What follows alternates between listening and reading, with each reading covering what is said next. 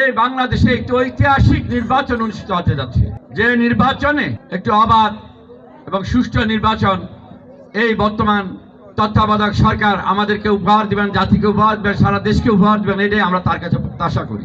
বাংলাদেশ জাতীয়তাবাদী দল বিএনপি, জামাতে ইসলাম, ইসলামী শাসনতন্ত্র আন্দোলন, হেফাজতে ইসলাম সহ বিভিন্ন রাজনৈতিক দল এই নির্বাচনে অংশগ্রহণ করেছেন।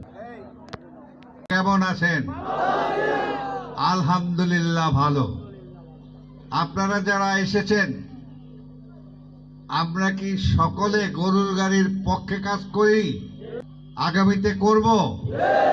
দুই হাত তুলে আপনারা দেখান যে আমরা কারা কারা গরুর গাড়ি। তিনি অন্যায়কে কখনো মাথা নত করে মেনে নেন নাই। তিনি অন্যায়ের জন্য সরকারের বিরুদ্ধে কথা বলেছেন। তিনি যার কারণে তিনি এই সরকার, ফ্যাসিস্ট সরকার, তাকে জেল মামলা দিয়েছে, তার জেল কাটতে হয়েছে, তাকে রিমান্ড দিতে হয়েছে। জেল, জুলুম, রিমান্ড নাজির রহমানের সন্ত্রাসরা খাবে, এটা আমরা কখনো আশাবাদী ছিলাম না, কিন্তু সবের কারণে তিনি তাও কাটতে হয়েছেন। আপনারা জানেন এই পার্থ ভাই বর্তমান 2026 সালে ভোলা সদর আসন থেকে গরুর গাড়ি মার্কায় ভোট করবেন। আপনার অসমাপ্ত কাজ সমাপ্তর জন্য তাকে নির্বাচিত করলে, জাতীয় সংসদে পাঠাইলে ইনশাআল্লাহ বাংলার জমিনে যদি 5টা মন্ত্রী হয়, একটা মন্ত্রী আমার পার্থ ভাই হবে। মার্কায় ভোট দেব। মাশাআল্লাহ।